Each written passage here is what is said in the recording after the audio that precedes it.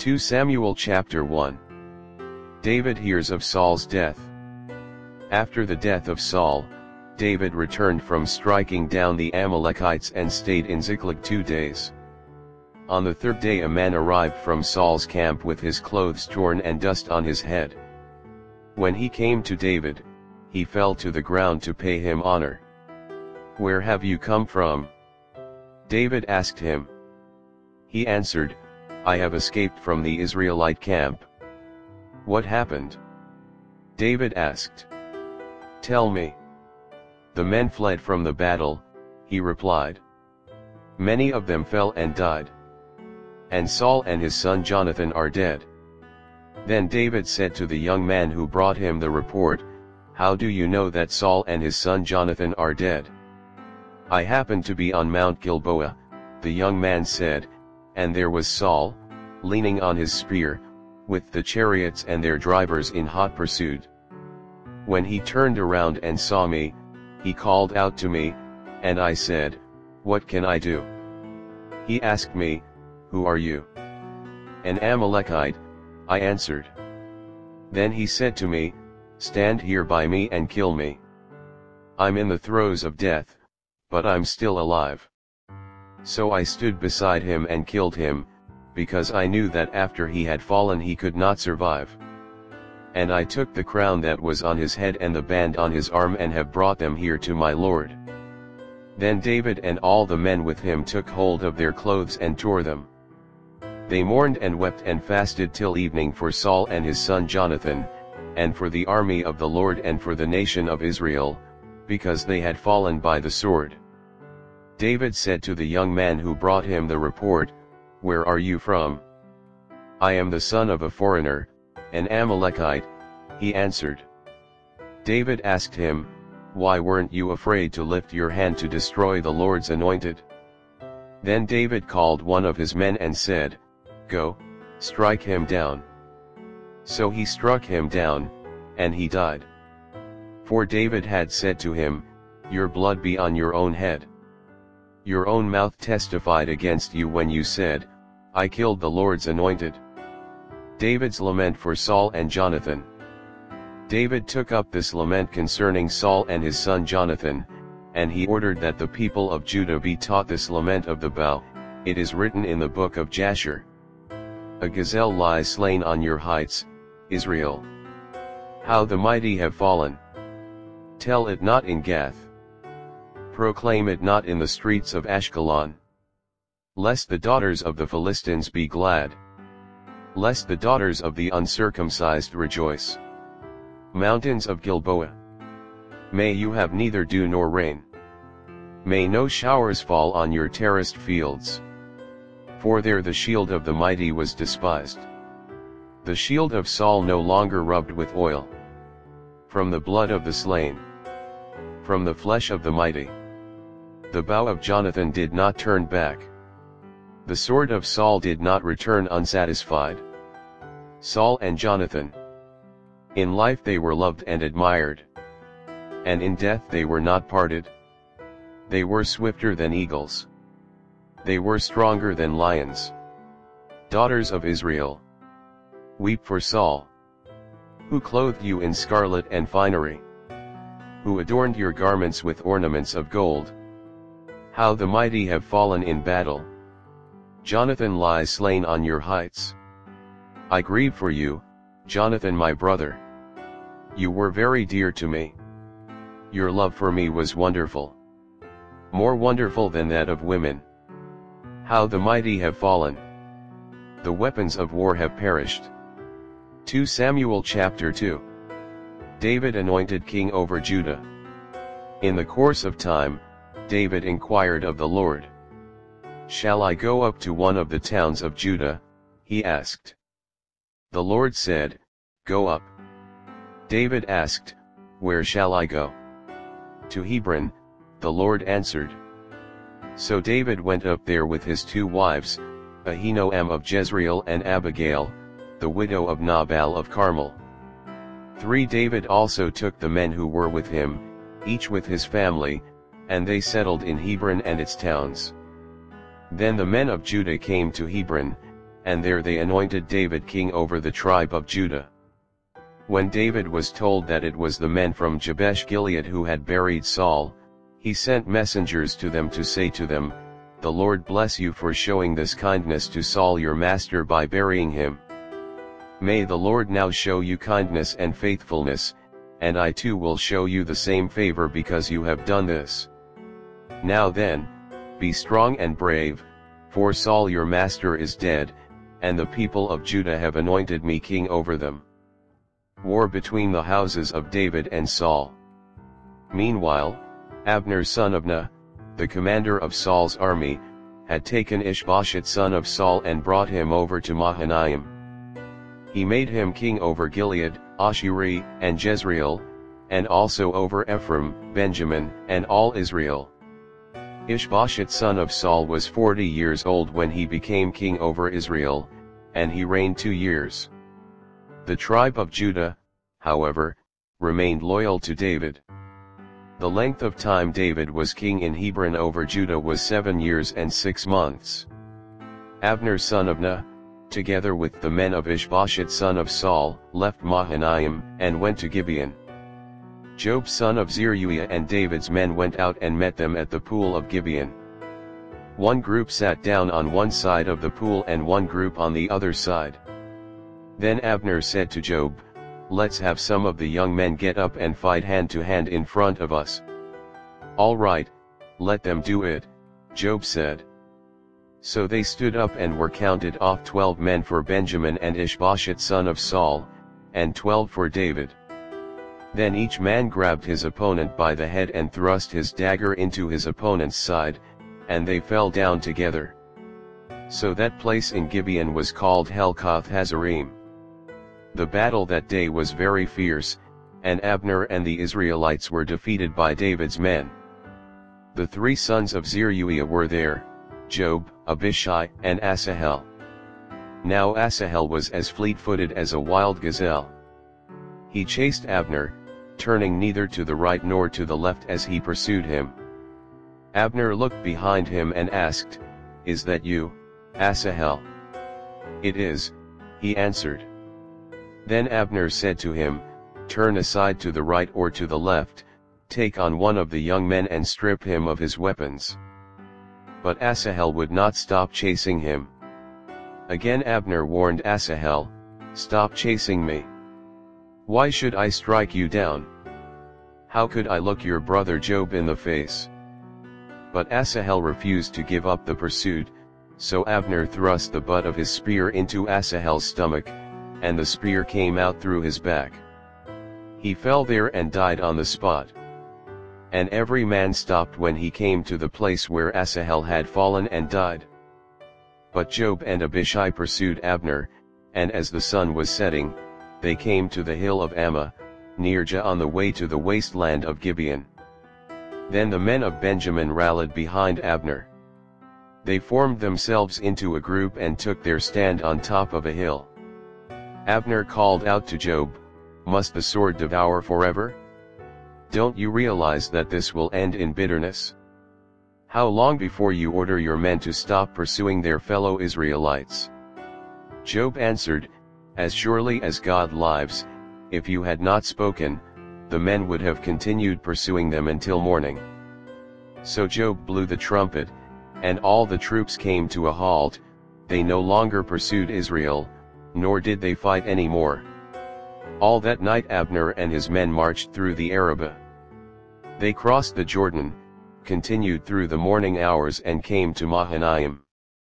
Then Joab stopped pursuing Abner and assembled the whole army. Besides Asahel, 19 of David's men were found missing. But David's men had killed 360 Benjamites who were with Abner. They took Asahel and buried him in his father's tomb at Bethlehem. Then Joab and his men marched all night and arrived at Hebron by daybreak. 2 Samuel chapter 3. The war between the house of Saul and the house of David lasted a long time. David grew stronger and stronger, while the house of Saul grew weaker and weaker. Sons were born to David in Hebron. His firstborn was Amnon the son of Ahinoam of Jezreel. His second, Kilab the son of Abigail the widow of Nabal of Carmel. The third, Absalom the son of Maacah daughter of Talmai king of Geshur. The fourth, Adonijah the son of Haggith. The fifth, Shephisha the son of Abidal. And the sixth, Ithream the son of David's wife Eglah. These were born to David in Hebron. Abner goes over to David. During the war between the house of Saul and the house of David, Abner had been strengthening his own position in the house of Saul. Now Saul had a concubine named Rizpah daughter of Aiah. And Ishbosheth said to Abner, "Why did you sleep with my father's concubine?" Abner was very angry because of what Ishbosheth said. So he answered, "Am I a dog's head on Judah's side? This very day I am loyal to the house of your father Saul and to his family and friends. I haven't handed you over to David. Yet now you accuse me of an offense involving this woman. May God deal with Abner, be it ever so severely, if I do not do for David what the Lord promised him on oath and transfer the kingdom from the house of Saul and establish David's throne over Israel and Judah from Dan to Beersheba." Ishbosheth did not dare to say another word to Abner, because he was afraid of him. Then Abner sent messengers on his behalf to say to David, "Whose land is it? Make an agreement with me, and I will help you bring all Israel over to you." "Good," said David. "I will make an agreement with you. But I demand one thing of you, do not come into my presence unless you bring Michal daughter of Saul when you come to see me." Then David sent messengers to Ishbosheth son of Saul, demanding, "Give me my wife Michal, whom I betrothed to myself for the price of 100 Philistine foreskins." So Ishbosheth gave orders and had her taken away from her husband Paltiel son of Laish. Her husband, however, went with her, weeping behind her all the way to Bahurim. Then Abner said to him, "Go back home." So he went back. Abner conferred with the elders of Israel and said, "For some time you have wanted to make David your king. Now do it. For the Lord promised David, 'By my servant David I will rescue my people Israel from the hand of the Philistines and from the hand of all their enemies.'" Abner also spoke to the Benjamites in person. Then he went to Hebron to tell David everything that Israel and the whole tribe of Benjamin wanted to do. When Abner, who had 20 men with him, came to David at Hebron, David prepared a feast for him and his men. Then Abner said to David, "Let me go at once and assemble all Israel for my lord the king, so that they may make a covenant with you, and that you may rule over all that your heart desires." So David sent Abner away, and he went in peace. Joab murders Abner. Just then David's men and Joab returned from a raid and brought with them a great deal of plunder. But Abner was no longer with David in Hebron, because David had sent him away, and he had gone in peace. When Joab and all the soldiers with him arrived, he was told that Abner son of Ner had come to the king and that the king had sent him away and that he had gone in peace. So Joab went to the king and said, "What have you done? Look, Abner came to you. Why did you let him go? Now he is gone. You know Abner son of Ner, he came to deceive you and observe your movements and find out everything you are doing." Joab then left David and sent messengers after Abner, and they brought him back from the cistern at Sirah. But David did not know it. Now when Abner returned to Hebron, Joab took him aside into an inner chamber, as if to speak with him privately. And there, to avenge the blood of his brother Asahel, Joab stabbed him in the stomach, and he died. Later, when David heard about this, he said, "I and my kingdom are forever innocent before the Lord concerning the blood of Abner son of Ner. May his blood fall on the head of Joab and on his whole family. May Joab's family never be without someone who has a running sore or leprosy or who leans on a crutch or who falls by the sword or who lacks food." Joab and his brother Abishai murdered Abner because he had killed their brother Asahel in the battle at Gibeon. Then David said to Joab and all the people with him, "Tear your clothes and put on sackcloth and walk in mourning in front of Abner." King David himself walked behind the bier. They buried Abner in Hebron, and the king wept aloud at Abner's tomb. All the people wept also. The king sang this lament for Abner.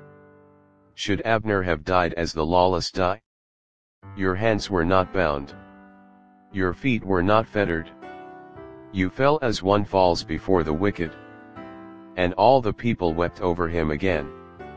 Then they all came and urged David to eat something while it was still day, but David took an oath, saying, "May God deal with me, be it ever so severely, if I taste bread or anything else before the sun sets."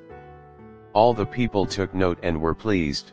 Indeed, everything the king did pleased them. So on that day all the people there and all Israel knew that the king had no part in the murder of Abner son of Ner. Then the king said to his men, "Do you not realize that a commander and a great man has fallen in Israel this day? And today, though I am the anointed king, I am weak, and these sons of Zeruiah are too strong for me. May the Lord repay the evildoer according to his evil deeds." 2 Samuel chapter 4. Ishbosheth murdered. When Ishbosheth son of Saul heard that Abner had died in Hebron, he lost courage, and all Israel became alarmed. Now Saul's son had 2 men who were leaders of raiding bands. One was named Baanah and the other Rechab. They were sons of Rimmon the Beerothite from the tribe of Benjamin. Beeroth is considered part of Benjamin, because the people of Beeroth fled to Gittaim and have resided there as foreigners to this day. Jonathan son of Saul had a son who was lame in both feet. He was 5 years old when the news about Saul and Jonathan came from Jezreel. His nurse picked him up and fled, but as she hurried to leave, he fell and became disabled. His name was Mephibosheth. Now Rechab and Baanah, the sons of Rimmon the Beerothite, set out for the house of Ishbosheth, and they arrived there in the heat of the day while he was taking his noonday rest. They went into the inner part of the house as if to get some wheat, and they stabbed him in the stomach. Then Rechab and his brother Baanah slipped away. They had gone into the house while he was lying on the bed in his bedroom. After they stabbed and killed him, they cut off his head. Taking it with them, they traveled all night by way of the Arabah.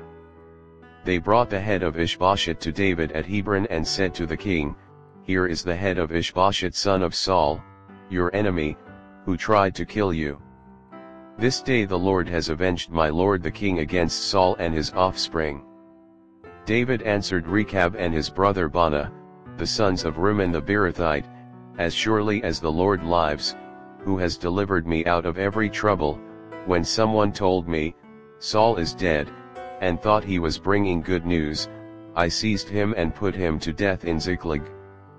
That was the reward I gave him for his news. How much more when wicked men have killed an innocent man in his own house and on his own bed should I not now demand his blood from your hand and rid the earth of you?" So David gave an order to his men, and they killed them. They cut off their hands and feet and hung the bodies by the pool in Hebron. But they took the head of Ishbosheth and buried it in Abner's tomb at Hebron. 2 Samuel chapter 5. David becomes king over Israel. All the tribes of Israel came to David at Hebron and said, "We are your own flesh and blood. In the past, while Saul was king over us, you were the one who led Israel on their military campaigns. And the Lord said to you, 'You will shepherd my people Israel, and you will become their ruler.'" When all the elders of Israel had come to King David at Hebron, the king made a covenant with them at Hebron before the Lord, and they anointed David king over Israel. David was 30 years old when he became king, and he reigned 40 years.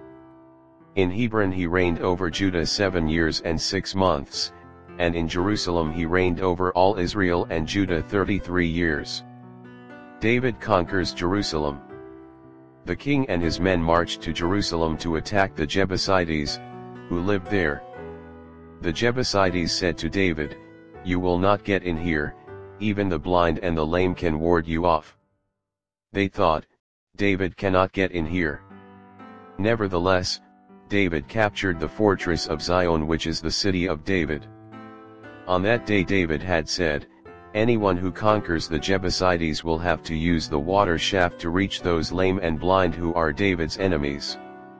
That is why they say, "The blind and lame will not enter the palace." David then took up residence in the fortress and called it the City of David. He built up the area around it, from the terraces inward. And he became more and more powerful, because the Lord God Almighty was with him. Now Hiram king of Tyre sent envoys to David, along with cedar logs and carpenters and stonemasons, and they built a palace for David. Then David knew that the Lord had established him as king over Israel and had exalted his kingdom for the sake of his people Israel. After he left Hebron, David took more concubines and wives in Jerusalem, and more sons and daughters were born to him. These are the names of the children born to him there: Shammua, Shobab, Nathan, Solomon, Ibhar, Elishua, Nepheg, Japhiah, Elishama, Eliada, and Eliphelet. David defeats the Philistines. When the Philistines heard that David had been anointed king over Israel, they went up in full force to search for him, but David heard about it and went down to the stronghold. Now the Philistines had come and spread out in the valley of Rephaim, so David inquired of the Lord, "Shall I go and attack the Philistines? Will you deliver them into my hands?" The Lord answered him, "Go, for I will surely deliver the Philistines into your hands." So David went to Baal Perazim, and there he defeated them. He said, "As waters break out, the Lord has broken out against my enemies before me." So that place was called Baal Perazim. The Philistines abandoned their idols there, and David and his men carried them off.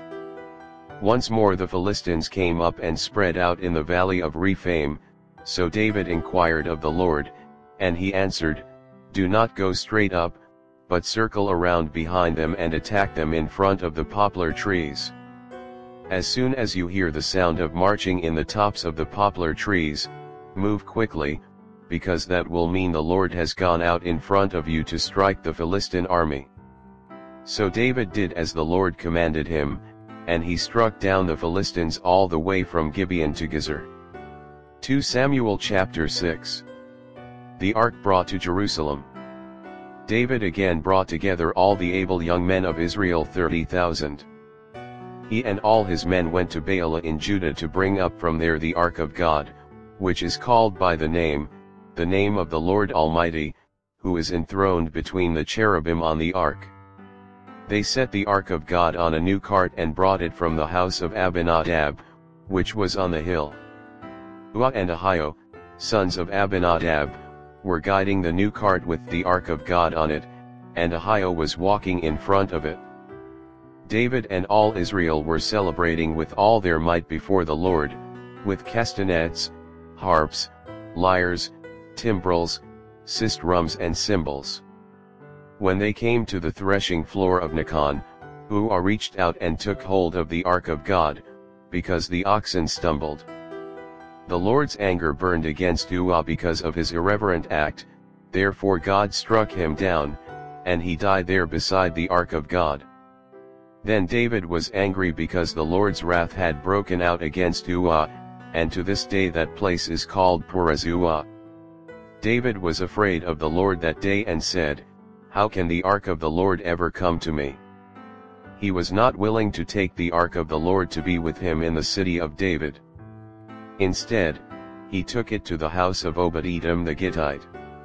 The ark of the Lord remained in the house of Obed-Edom the Gittite for 3 months, and the Lord blessed him and his entire household.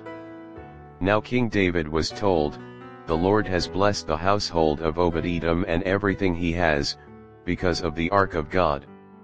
So David went to bring up the ark of God from the house of Obed-Edom to the city of David with rejoicing.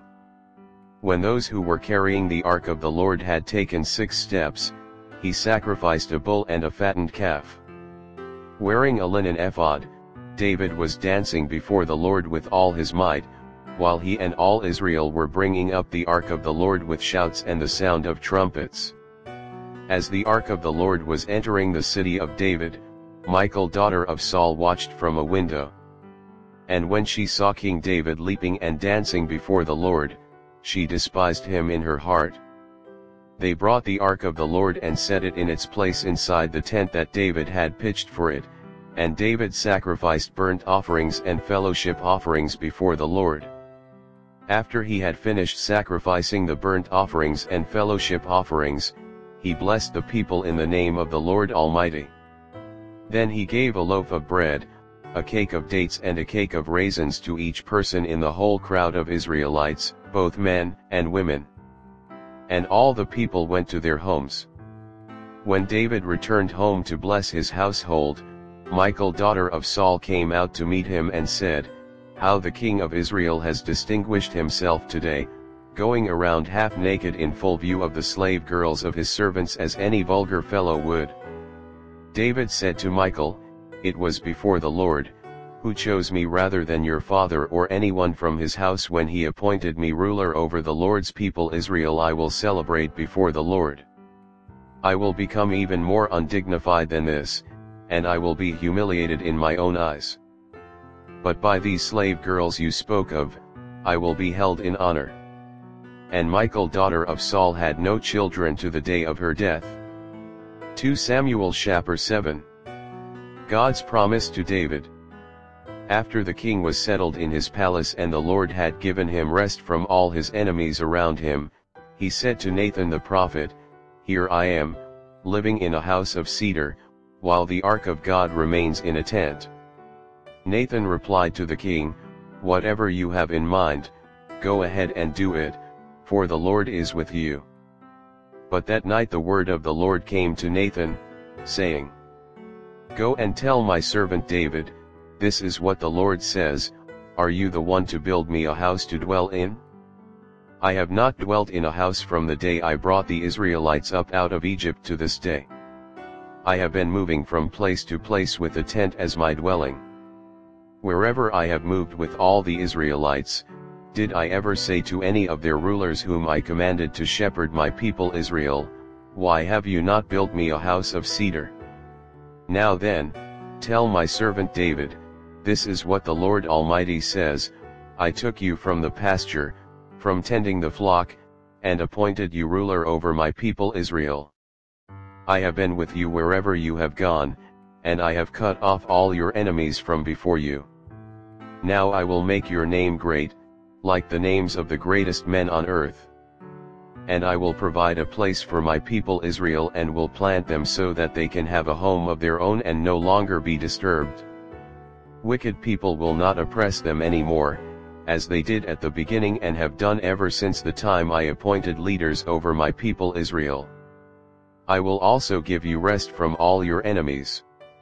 The Lord declares to you that the Lord himself will establish a house for you. When your days are over and you rest with your ancestors, I will raise up your offspring to succeed you, your own flesh and blood, and I will establish his kingdom. He is the one who will build a house for my name, and I will establish the throne of his kingdom forever. I will be his father, and he will be my son. When he does wrong, I will punish him with the rod wielded by men, with floggings inflicted by human hands. But my love will never be taken away from him, as I took it away from Saul, whom I removed from before you. Your house and your kingdom will endure forever before me, your throne will be established forever." Nathan reported to David all the words of this entire revelation. David's prayer. Then King David went in and sat before the Lord, and he said, "Who am I, sovereign Lord, and what is my family, that you have brought me this far? And as if this were not enough in your sight, sovereign Lord, you have also spoken about the future of the house of your servant, and this decree, sovereign Lord, is for a mere human. What more can David say to you? For you know your servant, sovereign Lord. For the sake of your word and according to your will, you have done this great thing and made it known to your servant. How great you are, sovereign Lord! There is no one like you, and there is no God but you, as we have heard with our own ears. And who is like your people Israel, the one nation on earth that God went out to redeem as a people for himself, and to make a name for himself, and to perform great and awesome wonders by driving out nations and their gods from before your people, whom you redeemed from Egypt. You have established your people Israel as your very own forever, and you, Lord, have become their God. And now, Lord God, keep forever the promise you have made concerning your servant and his house. Do as you promised, so that your name will be great forever. Then people will say, the Lord Almighty is God over Israel. And the house of your servant David will be established in your sight. Lord Almighty, God of Israel, you have revealed this to your servant, saying, I will build a house for you. So your servant has found courage to pray this prayer to you. Sovereign Lord, you are God. Your covenant is trustworthy, and you have promised these good things to your servant. Now be pleased to bless the house of your servant, that it may continue forever in your sight, for you, Sovereign Lord, have spoken, and with your blessing the house of your servant will be blessed forever. 2 Samuel chapter 8. David's victories. In the course of time, David defeated the Philistines and subdued them, and he took Metheg-Ammah from the control of the Philistines. David also defeated the Moabites. He made them lie down on the ground and measured them off with a length of cord. Every 2 lengths of them were put to death, and the 3rd length was allowed to live. So the Moabites became subject to David and brought him tribute. Moreover, David defeated Hadadezer son of Rehob, king of Zebah, when he went to restore his monument at the Euphrates River. David captured 1,000 of his chariots, 7,000 charioteers and 20,000 foot soldiers. He hamstrung all but 100 of the chariot horses. When the Arameans of Damascus came to help Hadadezer king of Zebah, David struck down 22,000 of them. He put garrisons in the Aramean kingdom of Damascus, and the Arameans became subject to him and brought tribute. The Lord gave David victory wherever he went. David took the gold shields that belonged to the officers of Hadadezer and brought them to Jerusalem. From Tebah and Berotai, towns that belonged to Hadadezer, King David took a great quantity of bronze. When Tou king of Hamath heard that David had defeated the entire army of Hadadezer, he sent his son Joram to King David to greet him and congratulate him on his victory in battle over Hadadezer, who had been at war with Tou. Joram brought with him articles of silver, of gold, and of bronze.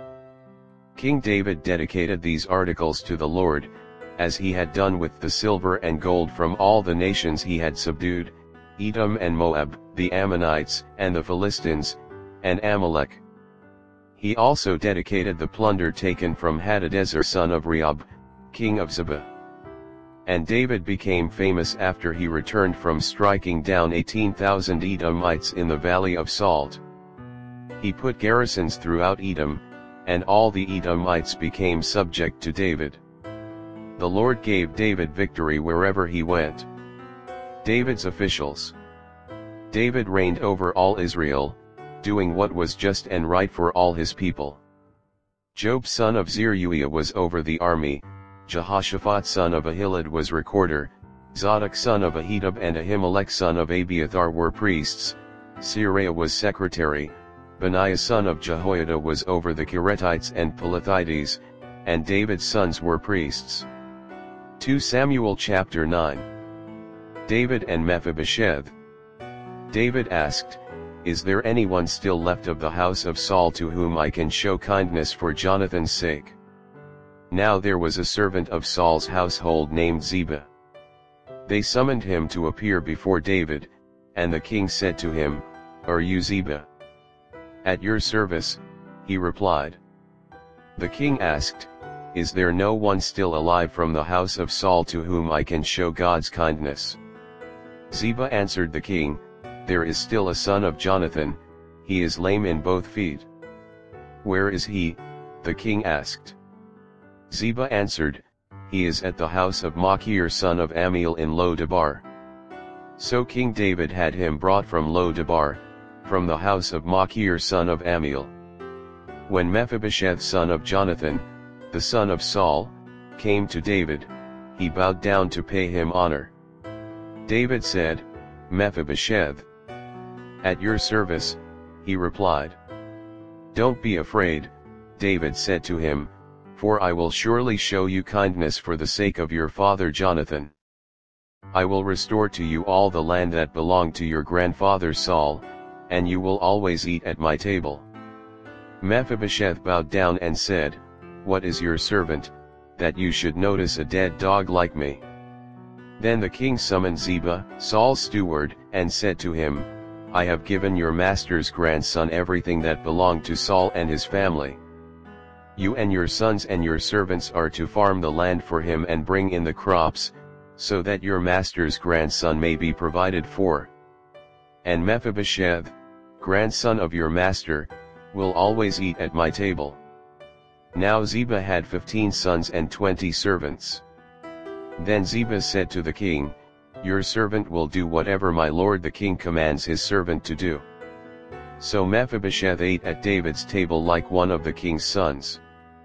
Mephibosheth had a young son named Micah, and all the members of Ziba's household were servants of Mephibosheth. And Mephibosheth lived in Jerusalem, because he always ate at the king's table. He was lame in both feet. 2 Samuel chapter 10. David defeats the Ammonites. In the course of time, the king of the Ammonites died, and his son Hanun succeeded him as king. David thought, "I will show kindness to Hanun son of Nahash, just as his father showed kindness to me." So David sent a delegation to express his sympathy to Hanun concerning his father. When David's men came to the land of the Ammonites, the Ammonite commanders said to Hanun their lord, "Do you think David is honoring your father by sending envoys to you to express sympathy? Hasn't David sent them to you only to explore the city and spy it out and overthrow it?" So Hanun seized David's envoys, shaved off half of each man's beard, cut off their garments at the buttocks, and sent them away. When David was told about this, he sent messengers to meet the men, for they were greatly humiliated. The king said, "Stay at Jericho till your beards have grown, and then come back." When the Ammonites realized that they had become obnoxious to David, they hired 20,000 Aramean foot soldiers from Beth Rehob and Zebah, as well as the king of Maacah with 1,000 men, and also 12,000 men from Tob. On hearing this, David sent Joab out with the entire army of fighting men. The Ammonites came out and drew up in battle formation at the entrance of their city gate, while the Arameans of Zebah and Rehob and the men of Tob and Maacah were by themselves in the open country. Joab saw that there were battle lines in front of him and behind him, so he selected some of the best troops in Israel and deployed them against the Arameans. He put the rest of the men under the command of Abishai his brother and deployed them against the Ammonites. Joab said, "If the Arameans are too strong for me, then you are to come to my rescue, but if the Ammonites are too strong for you, then I will come to rescue you. Be strong, and let us fight bravely for our people and the cities of our God. The Lord will do what is good in his sight." Then Joab and the troops with him advanced to fight the Arameans, and they fled before him. When the Ammonites realized that the Arameans were fleeing, they fled before Abishai and went inside the city. So Joab returned from fighting the Ammonites and came to Jerusalem. After the Arameans saw that they had been routed by Israel, they regrouped. Hadadezer had Arameans brought from beyond the Euphrates River.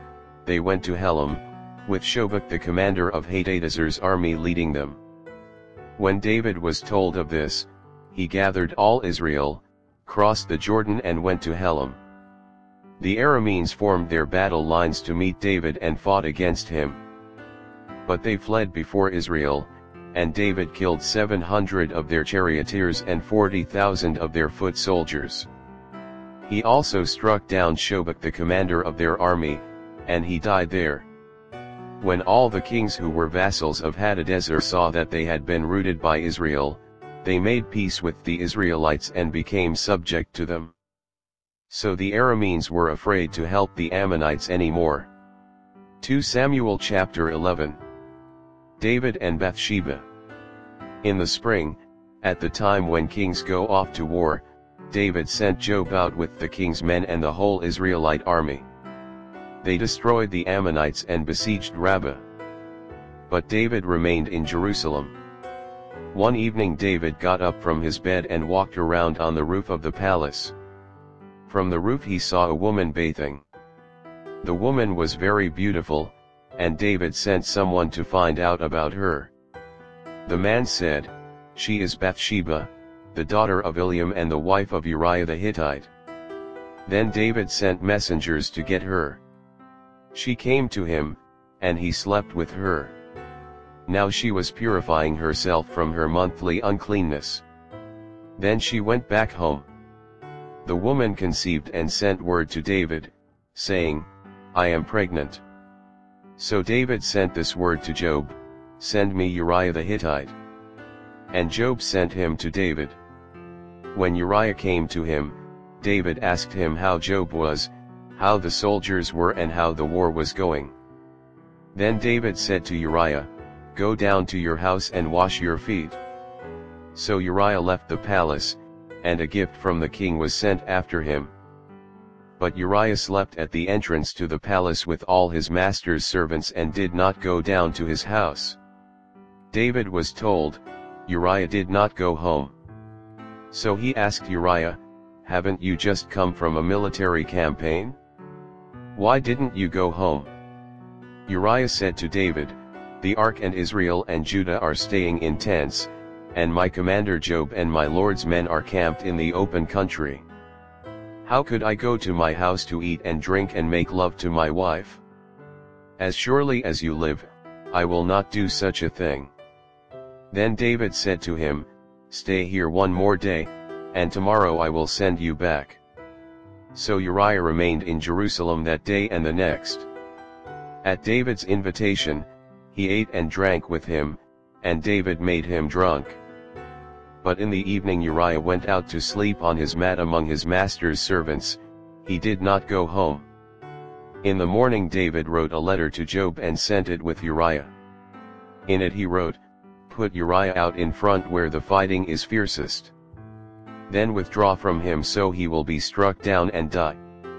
So while Joab had the city under siege, he put Uriah at a place where he knew the strongest defenders were. When the men of the city came out and fought against Joab, some of the men in David's army fell. Moreover, Uriah the Hittite died. Joab sent David a full account of the battle. He instructed the messenger, "When you have finished giving the king this account of the battle, the king's anger may flare up, and he may ask you, 'Why did you get so close to the city to fight? Didn't you know they would shoot arrows from the wall? Who killed Abimelech son of Jerub-Besheth? Didn't a woman drop an upper millstone on him from the wall, so that he died in Thebes? Why did you get so close to the wall?' If he asks you this, then say to him, 'Moreover, your servant Uriah the Hittite is dead.'" The messenger set out, and when he arrived he told David everything Joab had sent him to say. The messenger said to David, "The men overpowered us and came out against us in the open, but we drove them back to the entrance of the city gate. Then the archers shot arrows at your servants from the wall, and some of the king's men died. Moreover, your servant Uriah the Hittite is dead." David told the messenger, "Say this to Joab, 'Don't let this upset you, the sword devours one as well as another. Press the attack against the city and destroy it.' Say this to encourage Joab." When Uriah's wife heard that her husband was dead, she mourned for him. After the time of mourning was over, David had her brought to his house, and she became his wife and bore him a son. But the thing David had done displeased the Lord. 2 Samuel chapter 12. Nathan rebukes David. The Lord sent Nathan to David. When he came to him, he said, "There were two men in a certain town, one rich and the other poor. The rich man had a very large number of sheep and cattle, but the poor man had nothing except one little ewe lamb he had bought. He raised it, and it grew up with him and his children. It shared his food, drank from his cup and even slept in his arms. It was like a daughter to him. Now a traveler came to the rich man, but the rich man refrained from taking one of his own sheep or cattle to prepare a meal for the traveler who had come to him. Instead, he took the ewe lamb that belonged to the poor man and prepared it for the one who had come to him." David burned with anger against the man and said to Nathan, "As surely as the Lord lives, the man who did this must die. He must pay for that lamb 4 times over, because he did such a thing and had no pity." Then Nathan said to David, "You are the man. This is what the Lord, the God of Israel, says, I anointed you king over Israel, and I delivered you from the hand of Saul. I gave your master's house to you, and your master's wives into your arms. I gave you all Israel and Judah. And if all this had been too little, I would have given you even more. Why did you despise the word of the Lord by doing what is evil in his eyes? You struck down Uriah the Hittite with the sword and took his wife to be your own. You killed him with the sword of the Ammonites. Now, therefore, the sword will never depart from your house, because you despised me and took the wife of Uriah the Hittite to be your own. This is what the Lord says, out of your own household I am going to bring calamity on you. Before your very eyes I will take your wives and give them to one who is close to you, and he will sleep with your wives in broad daylight. You did it in secret, but I will do this thing in broad daylight before all Israel." Then David said to Nathan, "I have sinned against the Lord." Nathan replied, "The Lord has taken away your sin. You are not going to die. But because by doing this you have shown utter contempt for the Lord, the son born to you will die." After Nathan had gone home, the Lord struck the child that Uriah's wife had borne to David, and he became ill. David pleaded with God for the child. He fasted and spent the nights lying in sackcloth on the ground. The elders of his household stood beside him to get him up from the ground, but he refused, and he would not eat any food with them. On the 7th day the child died. David's attendants were afraid to tell him that the child was dead, for they thought, while the child was still living, he wouldn't listen to us when we spoke to him. How can we now tell him the child is dead? He may do something desperate. David noticed that his attendants were whispering among themselves, and he realized the child was dead. "Is the child dead?" he asked. "Yes," they replied, "he is dead." Then David got up from the ground. After he had washed, put on lotions and changed his clothes, he went into the house of the Lord and worshipped. Then he went to his own house, and at his request they served him food, and he ate. His attendants asked him, "Why are you acting this way? While the child was alive, you fasted and wept, but now that the child is dead, you get up and eat." He answered, "While the child was still alive, I fasted and wept. I thought, who knows? The Lord may be gracious to me and let the child live. But now that he is dead, why should I go on fasting? Can I bring him back again? I will go to him, but he will not return to me." Then David comforted his wife Bathsheba, and he went to her and made love to her. She gave birth to a son, and they named him Solomon. The Lord loved him, and because the Lord loved him, he sent word through Nathan the prophet to name him Jedidiah. Meanwhile Joab fought against Rabbah of the Ammonites and captured the royal citadel. Joab then sent messengers to David, saying, I have fought against Rabbah and taken its water supply. Now muster the rest of the troops and besiege the city and capture it. Otherwise I will take the city, and it will be named after me. So David mustered the entire army and went to Rabbah, and attacked, and captured it. David took the crown from their king's head, and it was placed on his own head. It weighed a talent of gold, and it was set with precious stones. David took a great quantity of plunder from the city and brought out the people who were there, consigning them to labor with saws and with iron picks and axes, and he made them work at brick making. David did this to all the Ammonite towns. Then he and his entire army returned to Jerusalem. 2 Samuel chapter 13. Amnon and Tamar. In the course of time, Amnon son of David fell in love with Tamar, the beautiful sister of Absalom son of David. Amnon became so obsessed with his sister Tamar that he made himself ill. She was a virgin, and it seemed impossible for him to do anything to her. Now Amnon had an advisor named Jonadab son of Shimeah, David's brother. Jonadab was a very shrewd man. He asked Amnon, Why do you, the king's son, look so haggard morning after morning? Won't you tell me? Amnon said to him, I'm in love with Tamar, my brother Absalom's sister. Go to bed and pretend to be ill, Jonadab said. When your father comes to see you, say to him, I would like my sister Tamar to come and give me something to eat.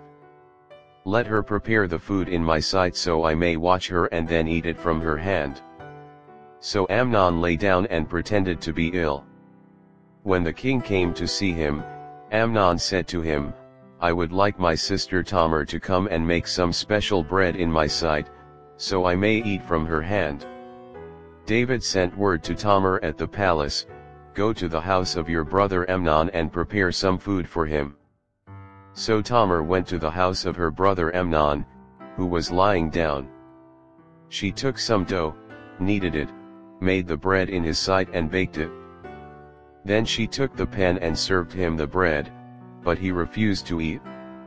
Send everyone out of here, Amnon said. So everyone left him.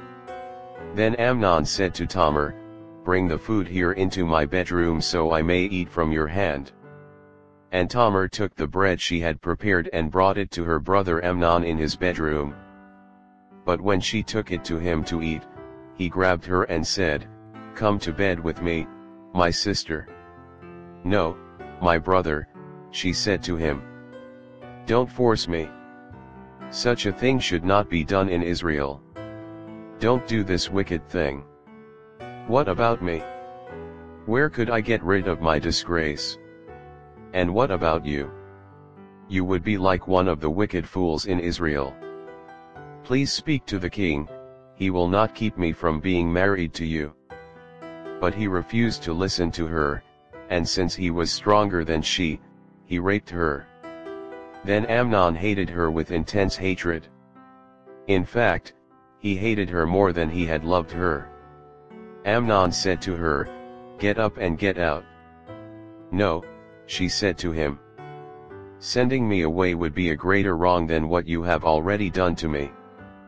But he refused to listen to her. He called his personal servant and said, Get this woman out of my sight and bolt the door after her. So his servant put her out and bolted the door after her. She was wearing an ornate robe, for this was the kind of garment the virgin daughters of the king wore. Tamar put ashes on her head and tore the ornate robe she was wearing. She put her hands on her head and went away, weeping aloud as she went. Her brother Absalom said to her, Has that Amnon, your brother, been with you? Be quiet for now, my sister, he is your brother. Don't take this thing to heart. And Tamar lived in her brother Absalom's house, a desolate woman. When King David heard all this, he was furious. And Absalom never said a word to Amnon, either good or bad, he hated Amnon because he had disgraced his sister Tamar. Absalom kills Amnon. 2 years later, when Absalom's sheep shearers were at Baal Hazor near the border of Ephraim, he invited all the king's sons to come there. Absalom went to the king and said, "Your servant has had shearers come. Will the king and his attendants please join me?" "No, my son," the king replied. "All of us should not go, we would only be a burden to you." Although Absalom urged him, he still refused to go but gave him his blessing. Then Absalom said, "If not, please let my brother Amnon come with us." The king asked him, "Why should he go with you?" But Absalom urged him, so he sent with him Amnon and the rest of the king's sons. Absalom ordered his men, "Listen. When Amnon is in high spirits from drinking wine and I say to you, 'Strike Amnon down,' then kill him. Don't be afraid. Haven't I given you this order? Be strong and brave." So Absalom's men did to Amnon what Absalom had ordered. Then all the king's sons got up, mounted their mules and fled. While they were on their way, the report came to David, "Absalom has struck down all the king's sons, not one of them is left." The king stood up, tore his clothes and lay down on the ground, and all his attendants stood by with their clothes torn. But Jonadab son of Shimeah, David's brother, said, "My lord should not think that they killed all the princes, only Amnon is dead." This has been Absalom's express intention ever since the day Amnon raped his sister Tamar. My lord the king should not be concerned about the report that all the king's sons are dead. Only Amnon is dead. Meanwhile, Absalom had fled. Now the man standing watch looked up and saw many people on the road west of him, coming down the side of the hill. The watchman went and told the king, "I see men in the direction of Horonaim, on the side of the hill." Jonadab said to the king, "See, the king's sons have come, it has happened just as your servant said." As he finished speaking, the king's sons came in, wailing loudly. The king, too, and all his attendants wept very bitterly. Absalom fled and went to Talmai son of Ammihud, the king of Geshur. But King David mourned many days for his son. After Absalom fled and went to Geshur, he stayed there 3 years. And King David longed to go to Absalom, for he was consoled concerning Amnon's death. 2 Samuel chapter 14. Absalom returns to Jerusalem. Joab son of Zeruiah knew that the king's heart longed for Absalom. So Joab sent someone to Tekoa and had a wise woman brought from there. He said to her, "Pretend you are in mourning. Dress in mourning clothes, and don't use any cosmetic lotions. Act like a woman who has spent many days grieving for the dead. Then go to the king and speak these words to him." And Joab put the words in her mouth. When the woman from Tekoa went to the king, she fell with her face to the ground to pay him honor, and she said, "Help me, your majesty." The king asked her, "What is troubling you?" She said, "I am a widow, my husband is dead. Your servant had 2 sons. They got into a fight with each other in the field, and no one was there to separate them. One struck the other and killed him. Now the whole clan has risen up against your servant. They say, 'Hand over the one who struck his brother down, so that we may put him to death for the life of his brother whom he killed, then we will get rid of the heir as well.' They would put out the only burning coal I have left, leaving my husband neither name nor descendant on the face of the earth." The king said to the woman, "Go home, and I will issue an order in your behalf."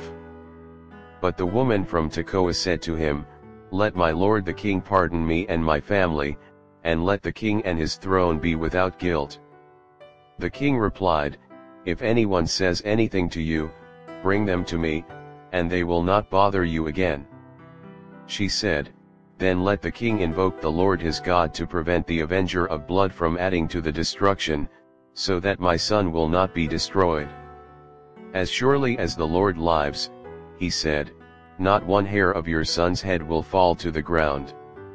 Then the woman said, let your servant speak a word to my lord the king. Speak, he replied. The woman said, why then have you devised a thing like this against the people of God?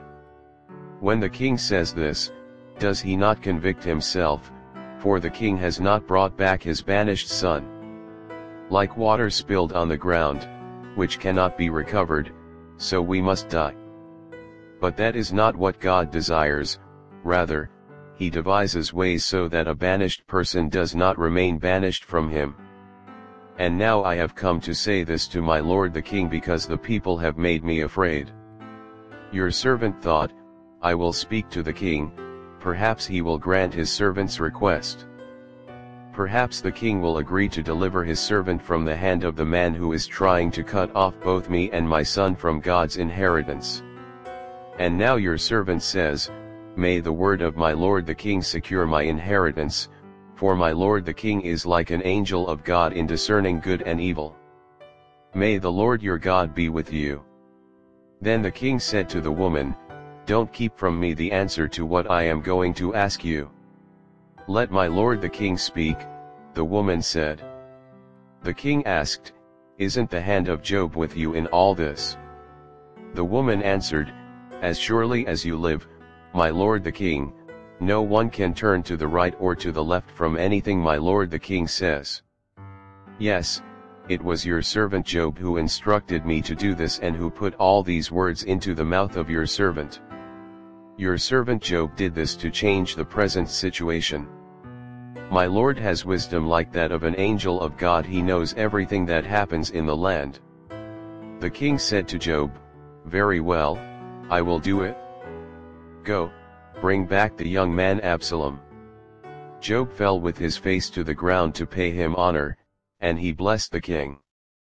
Job said, today your servant knows that he has found favor in your eyes, my lord the king, because the king has granted his servant's request.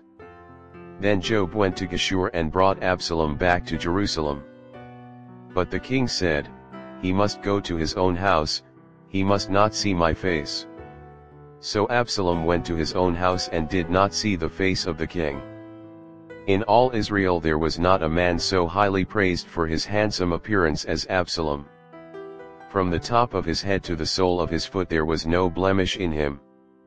Whenever he cut the hair of his head, he used to cut his hair once a year because it became too heavy for him. He would weigh it, and its weight was 200 shekels by the royal standard. 3 sons and a daughter were born to Absalom. His daughter's name was Tamar, and she became a beautiful woman. Absalom lived 2 years in Jerusalem without seeing the king's face. Then Absalom sent for Job in order to send him to the king, but Job refused to come to him. So he sent a second time, but he refused to come. Then he said to his servants, look, Job's field is next to mine, and he has barley there.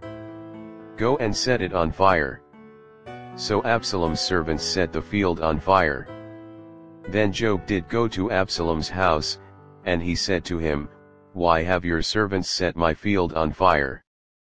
Absalom said to Job, look, I sent word to you and said, come here so I can send you to the king to ask, why have I come from Geshur? It would be better for me if I were still there. Now then, I want to see the king's face, and if I am guilty of anything, let him put me to death. So Job went to the king and told him this. Then the king summoned Absalom, and he came in and bowed down with his face to the ground before the king. And the king kissed Absalom. 2 Samuel chapter 15. Absalom's conspiracy. In the course of time, Absalom provided himself with a chariot and horses and with 50 men to run ahead of him. He would get up early and stand by the side of the road leading to the city gate. Whenever anyone came with a complaint to be placed before the king for a decision, Absalom would call out to him, what town are you from, he would answer, "Your servant is from one of the tribes of Israel." Then Absalom would say to him, "Look, your claims are valid and proper, but there is no representative of the king to hear you." And Absalom would add, "If only I were appointed judge in the land. Then everyone who has a complaint or case could come to me and I would see that they receive justice." Also, whenever anyone approached him to bow down before him, Absalom would reach out his hand, take hold of him and kiss him. Absalom behaved in this way toward all the Israelites who came to the king asking for justice, and so he stole the hearts of the people of Israel. At the end of 4 years, Absalom said to the king, "Let me go to Hebron and fulfill a vow I made to the Lord. While your servant was living at Geshur in Aram, I made this vow, if the Lord takes me back to Jerusalem, I will worship the Lord in Hebron." The king said to him, "Go in peace." So he went to Hebron.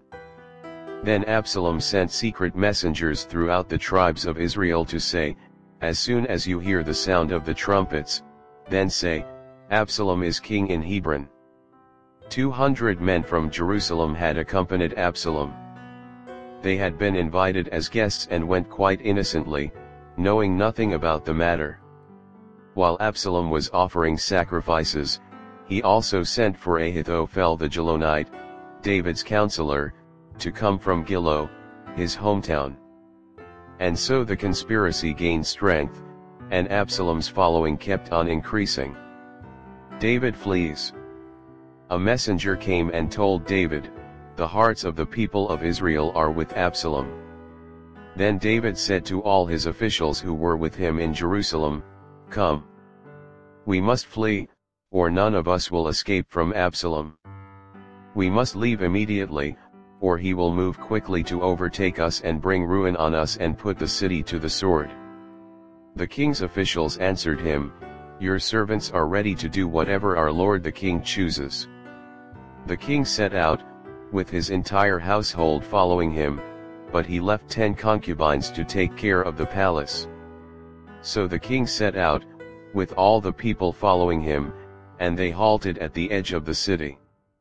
All his men marched past him, along with all the Kerethites and Pelethites, and all the 600 Gittites who had accompanied him from Gath marched before the king. The king said to Ittai the Gittite, "Why should you come along with us? Go back and stay with King Absalom.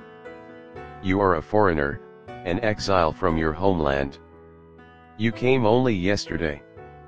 And today shall I make you wander about with us, when I do not know where I am going? Go back, and take your people with you. May the Lord show you kindness and faithfulness." But Ittai replied to the king, "As surely as the Lord lives, and as my lord the king lives, wherever my lord the king may be, whether it means life or death, there will your servant be." David said to Ittai, "Go ahead, march on." So Ittai the Gittite marched on with all his men and the families that were with him. The whole countryside wept aloud as all the people passed by. The king also crossed the Kidron Valley, and all the people moved on toward the wilderness. Zadok was there, too, and all the Levites who were with him were carrying the Ark of the Covenant of God. They set down the Ark of God, and Abiathar offered sacrifices until all the people had finished leaving the city. Then the king said to Zadok, "Take the Ark of God back into the city. If I find favor in the Lord's eyes, he will bring me back and let me see it and his dwelling place again. But if he says, 'I am not pleased with you,' then I am ready, let him do to me whatever seems good to him." The king also said to Zadok the priest, "Do you understand? Go back to the city with my blessing. Take your son Ahimaaz with you, and also Abiathar's son Jonathan. You and Abiathar return with your 2 sons. I will wait at the fords in the wilderness until word comes from you to inform me." So Zadok and Abiathar took the Ark of God back to Jerusalem and stayed there. But David continued up the Mount of Olives, weeping as he went, his head was covered and he was barefoot. All the people with him covered their heads too and were weeping as they went up. Now David had been told, Ahithophel is among the conspirators with Absalom. So David prayed, Lord, turn Ahithophel's counsel into foolishness. When David arrived at the summit, where people used to worship God, Hushai the Archite was there to meet him, his robe torn and dust on his head. David said to him, If you go with me, you will be a burden to me. But if you return to the city and say to Absalom, Your Majesty, I will be your servant, I was your father's servant in the past, but now I will be your servant, then you can help me by frustrating Ahithophel's advice. Won't the priests Zadok and Abiathar be there with you? Tell them anything you hear in the king's palace. Their 2 sons, Ahimaaz son of Zadok and Jonathan son of Abiathar, are there with them. Send them to me with anything you hear. So Hushai, David's confidant, arrived at Jerusalem as Absalom was entering the city. 2 Samuel chapter 16. David and Ziba. When David had gone a short distance beyond the summit, there was Ziba, the steward of Mephibosheth, waiting to meet him. He had a string of donkeys saddled and loaded with 200 loaves of bread, 100 cakes of raisins, 100 cakes of figs and a skin of wine. The king asked Ziba, Why have you brought these? Ziba answered, The donkeys are for the king's household to ride on, the bread and fruit are for the men to eat, and the wine is to refresh those who become exhausted in the wilderness. The king then asked, Where is your master's grandson? Ziba said to him, He is staying in Jerusalem, because he thinks, Today the Israelites will restore to me my grandfather's kingdom. Then the king said to Ziba, All that belonged to Mephibosheth is now yours. I humbly bow, Ziba said. May I find favor in your eyes, my lord the king. Shimei curses David. As King David approached Bahurim, a man from the same clan as Saul's family came out from there. His name was Shimei son of Gera, and he cursed as he came out. He pelted David and all the king's officials with stones, though all the troops and the special guard were on David's right and left. As he cursed, Shimei said, Get out, you murderer, you scoundrel. The Lord has repaid you for all the blood you shed in the household of Saul, in whose place you have reigned. The Lord has given the kingdom into the hands of your son Absalom. You have come to ruin because you are a murderer. Then Abishai son of Zeruiah said to the king, Why should this dead dog curse my lord the king? Let me go over and cut off his head. But the king said, What does this have to do with you, you sons of Zeruiah? If he is cursing because the Lord said to him, Curse David, who can ask, Why do you do this? David then said to Abishai and all his officials, My son, my own flesh and blood, is trying to kill me. How much more, then, this Benjamite? Leave him alone, let him curse, for the Lord has told him to. It may be that the Lord will look upon my misery and restore to me his covenant blessing instead of his curse today. So David and his men continued along the road while Shimei was going along the hillside opposite him, cursing as he went and throwing stones at him and showering him with dirt. The king and all the people with him arrived at their destination exhausted. And there he refreshed himself. The advice of Ahithophel and Hushai. Meanwhile, Absalom and all the men of Israel came to Jerusalem, and Ahithophel was with him. Then Hushai the Archite, David's confidant, went to Absalom and said to him, Long live the king! Long live the king! Absalom said to Hushai, So this is the love you show your friend? If he's your friend, why didn't you go with him? Hushai said to Absalom, No, the one chosen by the Lord, by these people, and by all the men of Israel his I will be, and I will remain with him. Furthermore, whom should I serve? Should I not serve the son? Just as I served your father, so I will serve you." Absalom said to Ahithophel, "Give us your advice. What should we do?" Ahithophel answered, "Sleep with your father's concubines whom he left to take care of the palace. Then all Israel will hear that you have made yourself obnoxious to your father, and the hands of everyone with you will be more resolute." So they pitched a tent for Absalom on the roof, and he slept with his father's concubines in the sight of all Israel. Now in those days the advice Ahithophel gave was like that of one who inquires of God. That was how both David and Absalom regarded all of Ahithophel's advice. 2 Samuel chapter 17. Ahithophel said to Absalom, "I would choose 12,000 men and set out tonight in pursuit of David. I would attack him while he is weary and weak. I would strike him with terror, and then all the people with him will flee. I would strike down only the king and bring all the people back to you. The death of the man you seek will mean the return of all the people will be unharmed." This plan seemed good to Absalom and to all the elders of Israel. But Absalom said, "Summon also Hushai the Archite, so we can hear what he has to say as well." When Hushai came to him, Absalom said, "Ahithophel has given this advice. Should we do what he says? If not, give us your opinion." Hushai replied to Absalom, "The advice Ahithophel has given is not good this time. You know your father and his men, they are fighters, and as fierce as a wild bear robbed of her cubs. Besides, your father is an experienced fighter, he will not spend the night with the troops. Even now, he is hidden in a cave or some other place. If he should attack your troops first, whoever hears about it will say, 'There has been a slaughter among the troops who follow Absalom.'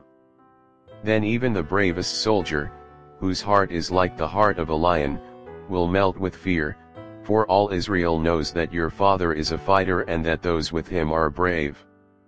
So I advise you, let all Israel, from Dan to Beersheba as numerous as the sand on the seashore be gathered to you, with you yourself leading them into battle.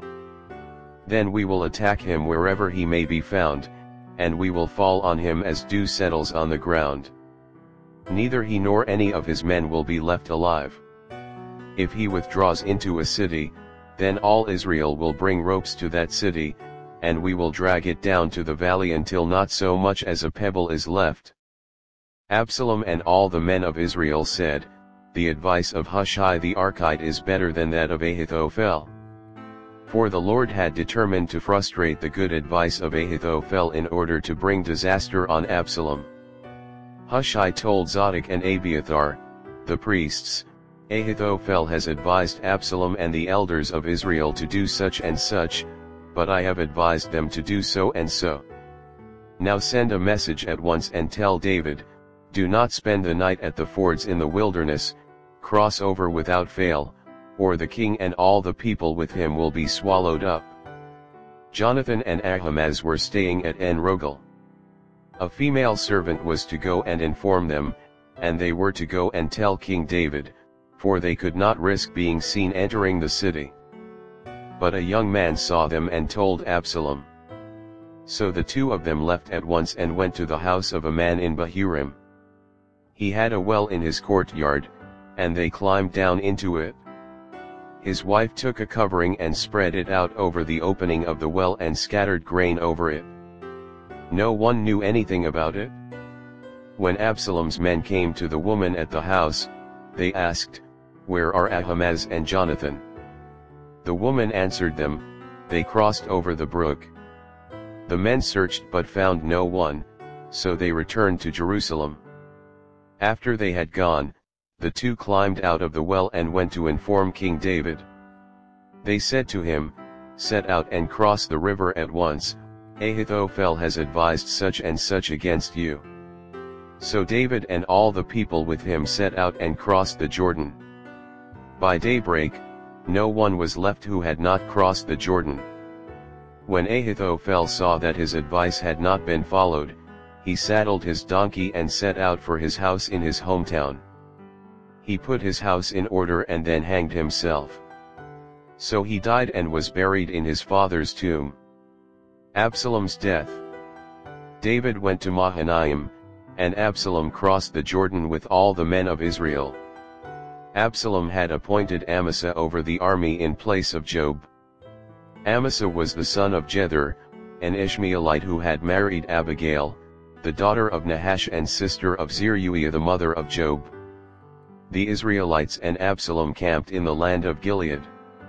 When David came to Mahanaim, Shobi son of Nahash from Rabbah of the Ammonites, and Machir son of Amiel from Lo-debar, and Barzillai the Gileadite from Roglim brought bedding and bowls and articles of pottery. They also brought wheat and barley, flour, and roasted grain, beans and lentils, honey, and curds, sheep, and cheese from cow's milk for David and his people to eat. For they said, "The people have become exhausted and hungry and thirsty in the wilderness." 2 Samuel chapter 18.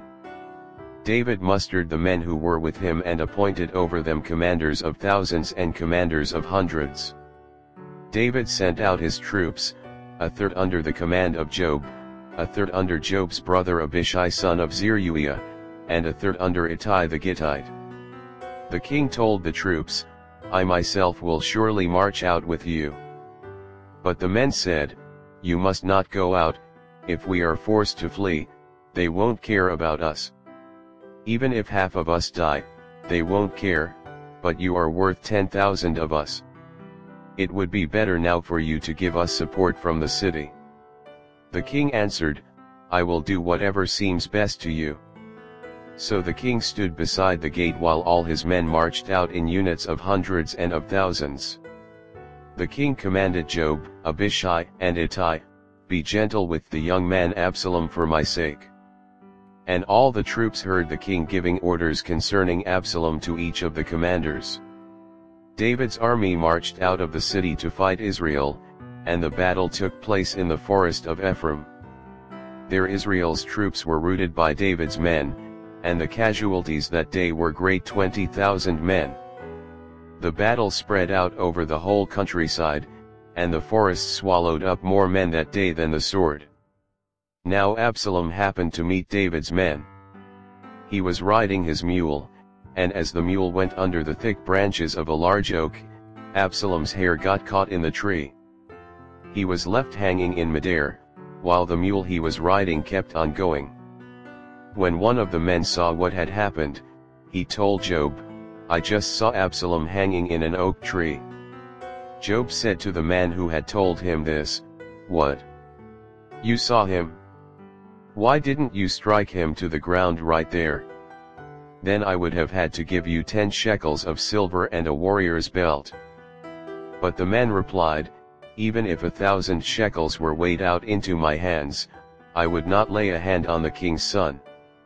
In our hearing the king commanded you and Abishai and Ittai, "Protect the young man Absalom for my sake.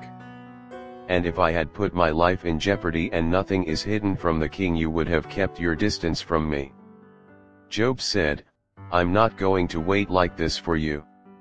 So he took 3 javelins in his hand and plunged them into Absalom's heart while Absalom was still alive in the oak tree.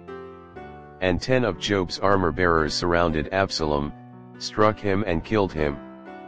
Then Joab sounded the trumpet, and the troops stopped pursuing Israel, for Joab halted them. They took Absalom, threw him into a big pit in the forest and piled up a large heap of rocks over him. Meanwhile, all the Israelites fled to their homes. During his lifetime Absalom had taken a pillar and erected it in the king's valley as a monument to himself, for he thought, "I have no son to carry on the memory of my name." He named the pillar after himself, and it is called Absalom's monument to this day. David mourns. Now Ahimaaz son of Zadok said, "Let me run and take the news to the king that the Lord has vindicated him by delivering him from the hand of his enemies." "You are not the one to take the news today," Joab told him. "You may take the news another time, but you must not do so today, because the king's son is dead." Then Joab said to a Cushite, "Go, tell the king what you have seen." The Cushite bowed down before Job and ran off. Ahimaaz son of Zadok again said to Job, "Come what may, please let me run behind the Cushite." But Job replied, "My son, why do you want to go? You don't have any news that will bring you a reward." He said, "Come what may, I want to run." So Job said, "Run." Then Ahimaaz ran by way of the plain and outran the Cushite. While David was sitting between the inner and outer gates, the watchman went up to the roof of the gateway by the wall. As he looked out, he saw a man running alone. The watchman called out to the king and reported it. The king said, "If he is alone, he must have good news." And the runner came closer and closer. Then the watchman saw another runner, and he called down to the gatekeeper, "Look, another man running alone." The king said, "He must be bringing good news, too." The watchman said, "It seems to me that the first one runs like Ahimaaz son of Zadok." "He's a good man," the king said. "He comes with good news." Then Ahimaaz called out to the king, "All is well." He bowed down before the king with his face to the ground and said, "Praise be to the Lord your God. He has delivered up those who lifted their hands against my lord the king." The king asked, "Is the young man Absalom safe?" Ahimaaz answered, "I saw great confusion just as Job was about to send the king's servant and me, your servant, but I don't know what it was." The king said, "Stand aside and wait here." So he stepped aside and stood there. Then the Cushite arrived and said, "My lord the king, hear the good news. The Lord has vindicated you today by delivering you from the hand of all who rose up against you." The king asked the Cushite, "Is the young man Absalom safe?" The Cushite replied, "May the enemies of my lord the king and all who rise up to harm you be like that young man." The king was shaken. He went up to the room over the gateway and wept. As he went, he said, "O my son Absalom! My son Absalom! If only I had died instead of you, O Absalom, my son, my son." 2 Samuel chapter 19. Job was told, "The king is weeping and mourning for Absalom." And for the whole army the victory that day was turned into mourning, because on that day the troops heard it said, "The king is grieving for his son." The men stole into the city that day as men steal in who are ashamed when they flee from battle. The king covered his face and cried aloud, "O my son Absalom! O Absalom, my son, my son!" Then Job went into the house to the king and said, "Today you have humiliated all your men, who have just saved your life and the lives of your sons and daughters and the lives of your wives and concubines. You love those who hate you and hate those who love you. You have made it clear today that the commanders and their men mean nothing to you. I see that you would be pleased if Absalom were alive today and all of us were dead. Now go out and encourage your men. I swear by the Lord that if you don't go out, not a man will be left with you by nightfall. This will be worse for you than all the calamities that have come on you from your youth till now." So the king got up and took his seat in the gateway. When the men were told, "The king is sitting in the gateway," they all came before him. Meanwhile, the Israelites had fled to their homes. David returns to Jerusalem. Throughout the tribes of Israel, all the people were arguing among themselves, saying, "The king delivered us from the hand of our enemies, he is the one who rescued us from the hand of the Philistines. But now he has fled the country to escape from Absalom, and Absalom, whom we anointed to rule over us, has died in battle. So why do you say nothing about bringing the king back?"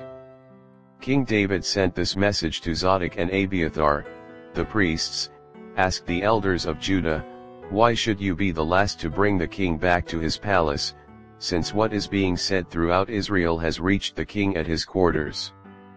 You are my relatives, my own flesh and blood. So why should you be the last to bring back the king?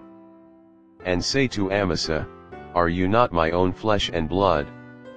May God deal with me, be it ever so severely, if you are not the commander of my army for life in place of Job.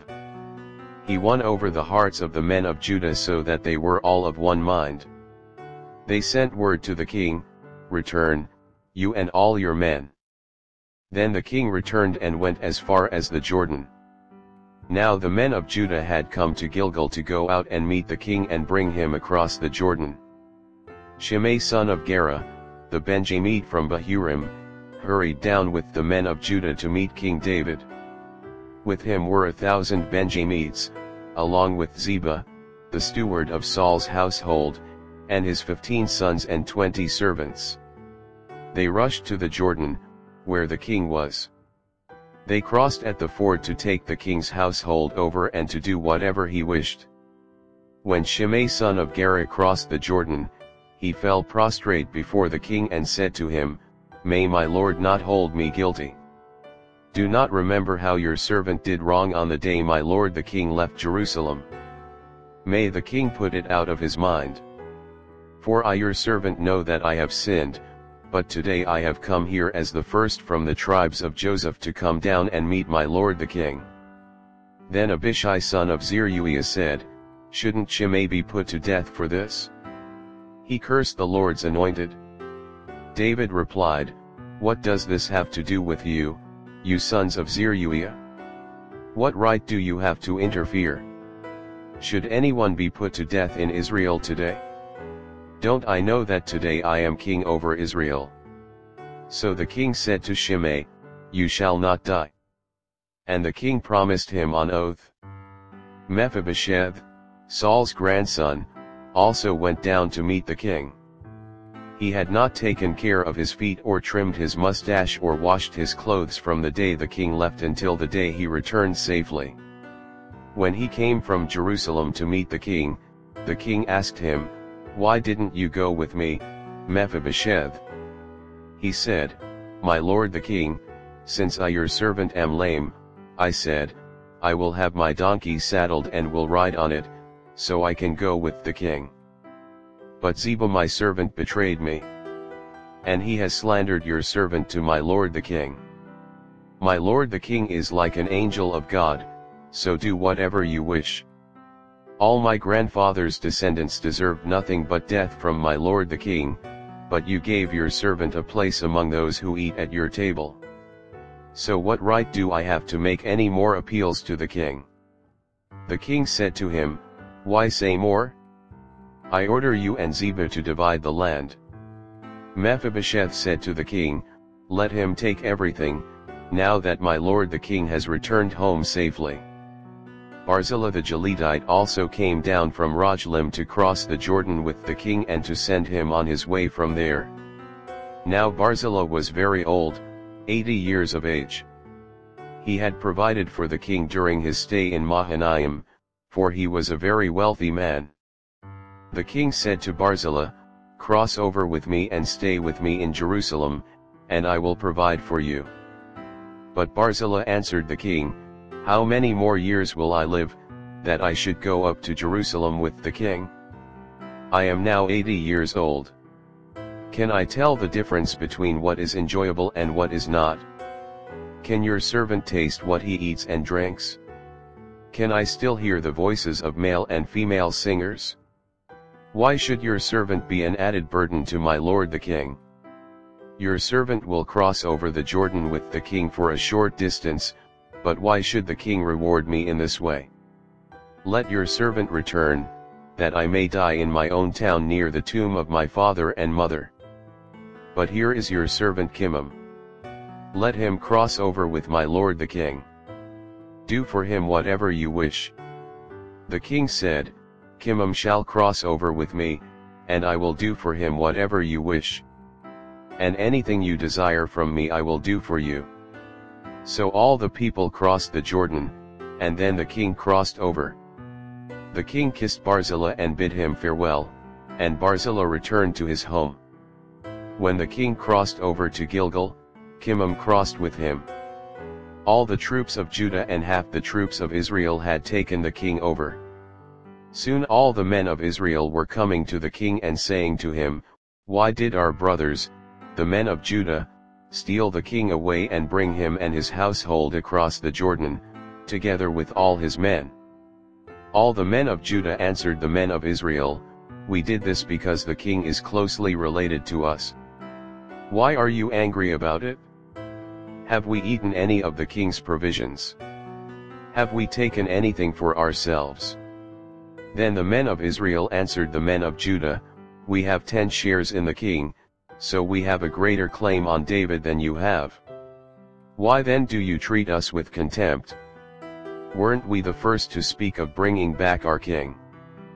But the men of Judah pressed their claims even more forcefully than the men of Israel. 2 Samuel chapter 20. Sheba rebels against David. Now a troublemaker named Sheba son of Bichri, a Benjamite, happened to be there. He sounded the trumpet and shouted, "We have no share in David, no part in Jesse's son. Every man to his tent, Israel." So all the men of Israel deserted David to follow Sheba son of Bichri. But the men of Judah stayed by their king all the way from the Jordan to Jerusalem. When David returned to his palace in Jerusalem, he took the 10 concubines he had left to take care of the palace and put them in a house under guard. He provided for them but had no sexual relations with them. They were kept in confinement till the day of their death, living as widows. Then the king said to Amasa, "Summon the men of Judah to come to me within 3 days, and be here yourself." But when Amasa went to summon Judah, he took longer than the time the king had set for him. David said to Abishai, "Now Sheba son of Bichri will do us more harm than Absalom did. Take your master's men and pursue him, or he will find fortified cities and escape from us." So Job's men and the Kerethites and Pelethites and all the mighty warriors went out under the command of Abishai. They marched out from Jerusalem to pursue Sheba son of Bichri. While they were at the great rock in Gibeon, Amasa came to meet them. Job was wearing his military tunic, and strapped over it at his waist was a belt with a dagger in its sheath. As he stepped forward, it dropped out of its sheath. Job said to Amasa, "How are you, my brother?" Then Job took Amasa by the beard with his right hand to kiss him. Amasa was not on his guard against the dagger in Job's hand, and Job plunged it into his belly, and his intestines spilled out on the ground. Without being stabbed again, Amasa died. Then Job and his brother Abishai pursued Sheba son of Bichri. One of Job's men stood beside Amasa and said, "Whoever favors Job, and whoever is for David, let him follow Job."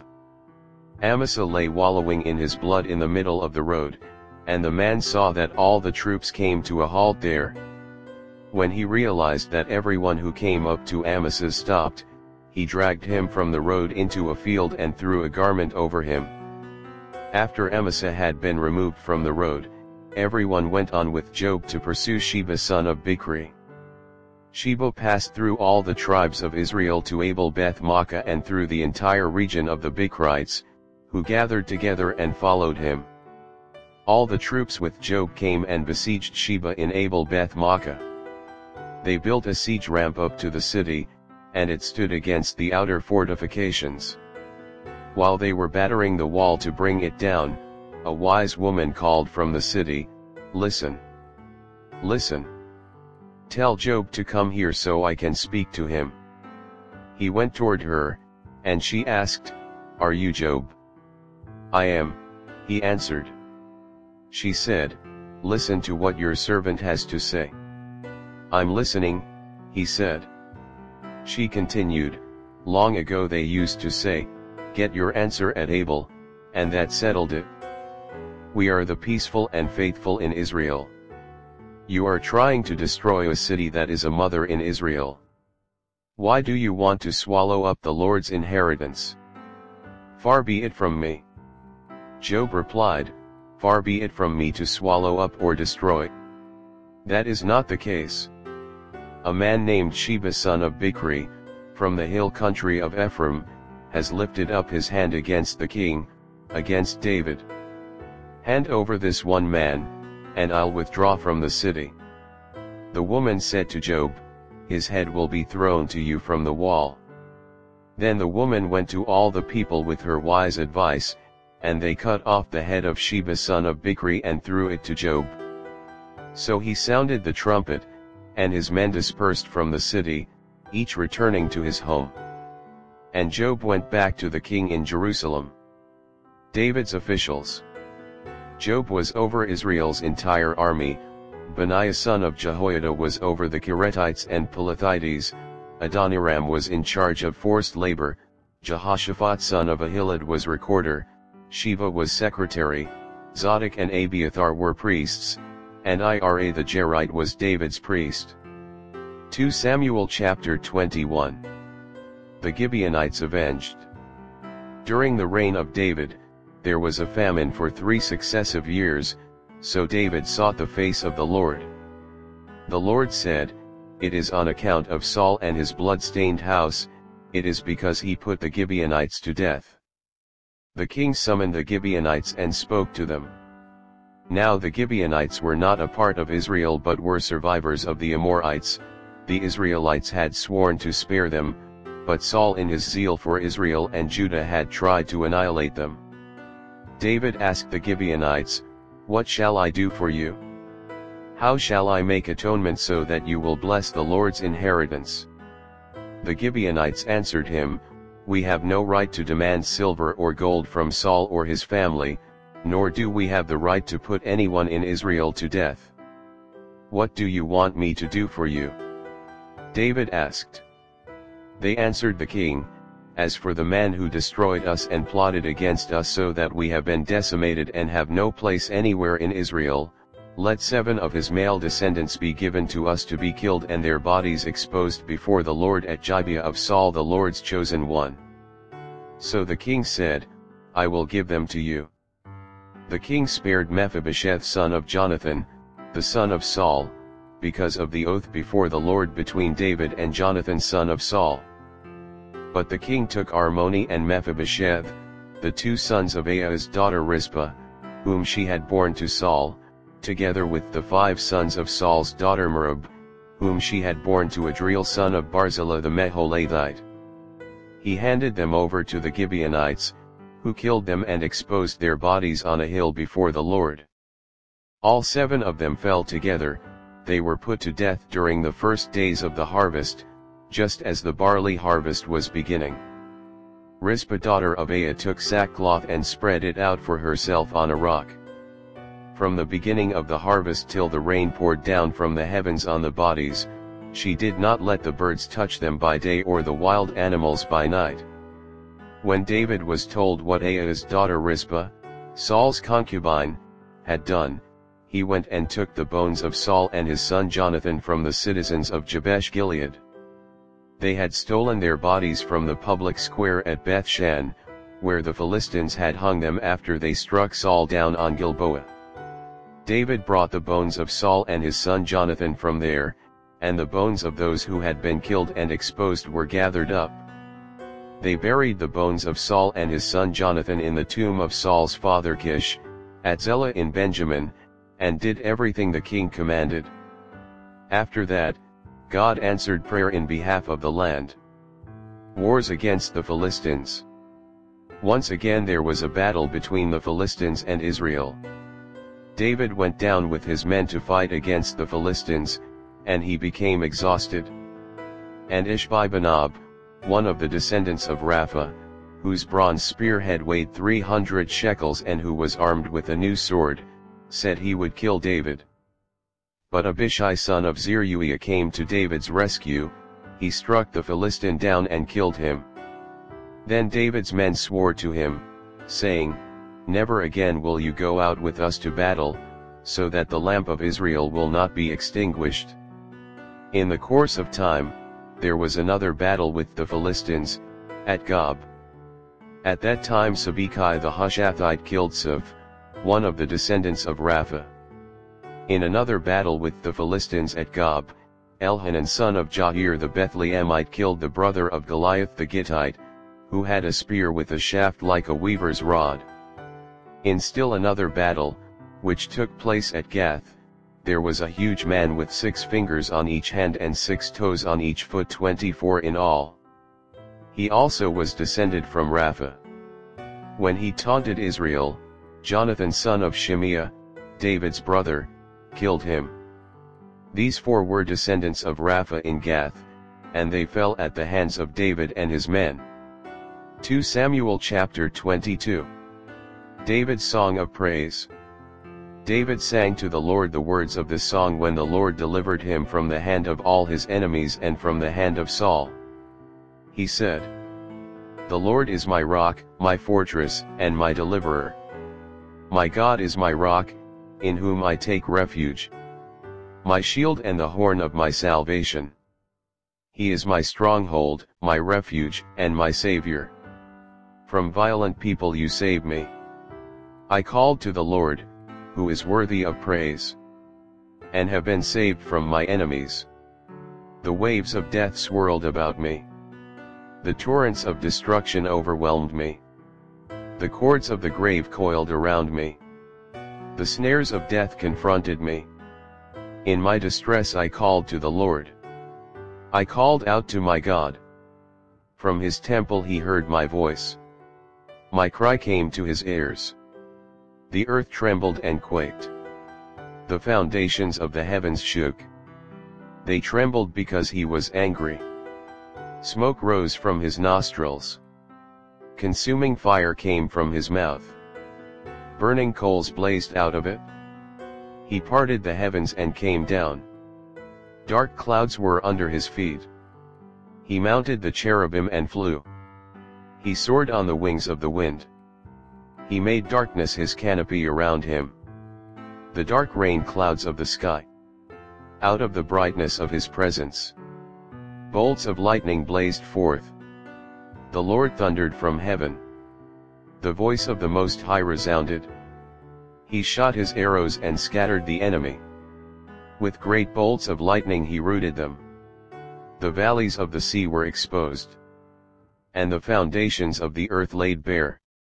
At the rebuke of the Lord, at the blast of breath from his nostrils, he reached down from on high and took hold of me. He drew me out of deep waters. He rescued me from my powerful enemy, from my foes, who were too strong for me. They confronted me in the day of my disaster. But the Lord was my support. He brought me out into a spacious place. He rescued me because he delighted in me. The Lord has dealt with me according to my righteousness. According to the cleanness of my hands he has rewarded me. For I have kept the ways of the Lord. I am not guilty of turning from my God. All his laws are before me. I have not turned away from his decrees. I have been blameless before him, and have kept myself from sin. The Lord has rewarded me according to my righteousness, according to my cleanness in his sight. To the faithful you show yourself faithful. To the blameless you show yourself blameless. To the pure you show yourself pure. But to the devious you show yourself shrewd. You save the humble, but your eyes are on the haughty to bring them low. You, Lord, are my lamp. The Lord turns my darkness into light. With your help I can advance against a troop. With my God I can scale a wall. As for God, his way is perfect. The Lord's word is flawless. He shields all who take refuge in him. For who is God besides the Lord? And who is the rock except our God? It is God who arms me with strength, and keeps my way secure. He makes my feet like the feet of a deer. He causes me to stand on the heights. He trains my hands for battle.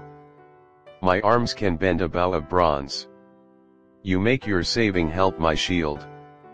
Your help has made me great. You provide a broad path for my feet, so that my ankles do not give way. I pursued my enemies and crushed them. I did not turn back till they were destroyed. I crushed them completely, and they could not rise. They fell beneath my feet. You armed me with strength for battle. You humbled my adversaries before me. You made my enemies turn their backs in flight. And I destroyed my foes. They cried for help, but there was no one to save them. To the Lord, but he did not answer. I beat them as fine as the dust of the earth. I pounded and trampled them like mud in the streets. You have delivered me from the attacks of the peoples. You have preserved me as the head of nations. People I did not know now serve me. Foreigners cower before me. As soon as they hear of me, they obey me. They all lose heart. They come trembling from their strongholds. The Lord lives. Praise be to my rock. Exalted be my God, the rock, my Savior. He is the God who avenges me. Who puts the nations under me. Who sets me free from my enemies. You exalted me above my foes. From a violent man you rescued me. Therefore I will praise you, Lord, among the nations. I will sing the praises of your name. He gives his king great victories. He shows unfailing kindness to his anointed. To David and his descendants forever. 2 Samuel chapter 23. David's last words. These are the last words of David. The inspired utterance of David son of Jesse. The utterance of the man exalted by the Most High. The man anointed by the God of Jacob. The hero of Israel's songs. The Spirit of the Lord spoke through me. His word was on my tongue. The God of Israel spoke. The Rock of Israel said to me. When one rules over people in righteousness. When he rules in the fear of God. He is like the light of morning at sunrise. On a cloudless morning. Like the brightness after rain. That brings grass from the earth. If my house were not right with God. Surely he would not have made with me an everlasting covenant. Arranged and secured in every part. Surely he would not bring to fruition my salvation. And grant me my every desire. But evil men are all to be cast aside like thorns. Which are not gathered with the hand. Whoever touches thorns. Uses a tool of iron or the shaft of a spear. They are burned up where they lie. David's mighty warriors. These are the names of David's mighty warriors. Josheb-Basshebeth, a Tamonite, was chief of the three. He raised his spear against 800 men, whom he killed in one encounter. Next to him was Eleazar son of Dodai the Ahohite. As one of the three mighty warriors, he was with David when they taunted the Philistines gathered at Pot-Ammim for battle. Then the Israelites retreated, but Eleazar stood his ground and struck down the Philistines till his hand grew tired and froze to the sword. The Lord brought about a great victory that day. The troops returned to Eleazar, but only to strip the dead. Next to him was Shammah son of Agi the Hararite. When the Philistines banded together at a place where there was a field full of lentils, Israel's troops fled from them. But Shammah took his stand in the middle of the field. He defended it and struck the Philistines down, and the Lord brought about a great victory. During harvest time, 3 of the 30 chief warriors came down to David at the cave of Adullam, while a band of Philistines was encamped in the valley of Rephaim. At that time David was in the stronghold, and the Philistine garrison was at Bethlehem. David longed for water and said, "Oh, that someone would get me a drink of water from the well near the gate of Bethlehem." So the 3 mighty warriors broke through the Philistine lines, drew water from the well near the gate of Bethlehem and carried it back to David. But he refused to drink it. Instead, he poured it out before the Lord. "Far be it from me, Lord, to do this," he said. Is it not the blood of men who went at the risk of their lives? And David would not drink it? Such were the exploits of the three mighty warriors. Abishai the brother of Job son of Zeruiah was chief of the three. He raised his spear against 300 men, whom he killed, and so he became as famous as the three. Was he not held in greater honor than the three? He became their commander, even though he was not included among them. Benaiah son of Jehoiada, a valiant fighter from Kabzeel, performed great exploits. He struck down Moab's two mightiest warriors. He also went down into a pit on a snowy day and killed a lion. And he struck down a huge Egyptian. Although the Egyptian had a spear in his hand, Benaiah went against him with a club. He snatched the spear from the Egyptian's hand and killed him with his own spear. Such were the exploits of Benaiah son of Jehoiada. He too was as famous as the three mighty warriors. He was held in greater honor than any of the 30, but he was not included among the three. And David put him in charge of his bodyguard. Among the 30 were Asahel the brother of Job, Elhanan son of Dodo from Bethlehem, Shammah the Harodite, Elika the Harodite, Helez the Paltite, Ira son of Ikish from Tekoa, Abiezer from Anathoth, Sibbecai the Hushathite, Zalman the Ahohite, Maharai the Netophathite, Heald son of Bana the Netophathite, Ittai son of Ribai from Gibeah in Benjamin, Benaiah the Pirathonite, Hiddai from the ravines of Gosh, Abi-Alban the Arbathite, Azmaveth the Barhumite, Eliabah the Shulbanite.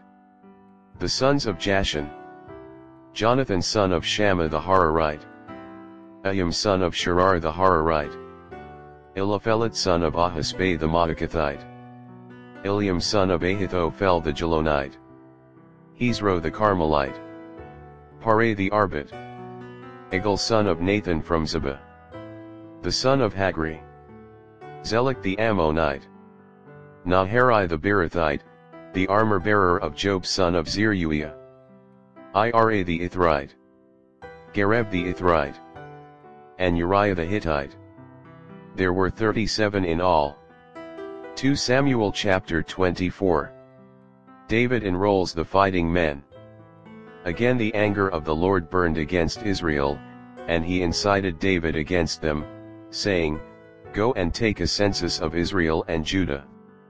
So the king said to Job and the army commanders with him, "Go throughout the tribes of Israel from Dan to Beersheba and enroll the fighting men, so that I may know how many there are." But Job replied to the king, "May the Lord your God multiply the troops 100 times over, and may the eyes of my lord the king see it. But why does my lord the king want to do such a thing?" The king's word, however, overruled Job and the army commanders, so they left the presence of the king to enroll the fighting men of Israel. After crossing the Jordan, they camped near Aroer, south of the town in the gorge, and then went through Gad and on to Jazer. They went to Gilead and the region of Tahtim Hodshi, and on to Danjon and around toward Sidon. Then they went toward the fortress of Tyre and all the towns of the Hivites and Canaanites. Finally, they went on to Beersheba in the Negev of Judah. After they had gone through the entire land, they came back to Jerusalem at the end of 9 months and 20 days. Job reported the number of the fighting men to the king. In Israel there were 800,000 able-bodied men who could handle a sword, and in Judah 500,000. David was conscience-stricken after he had counted the fighting men, and he said to the Lord, "I have sinned greatly in what I have done. Now, Lord, I beg you, take away the guilt of your servant. I have done a very foolish thing."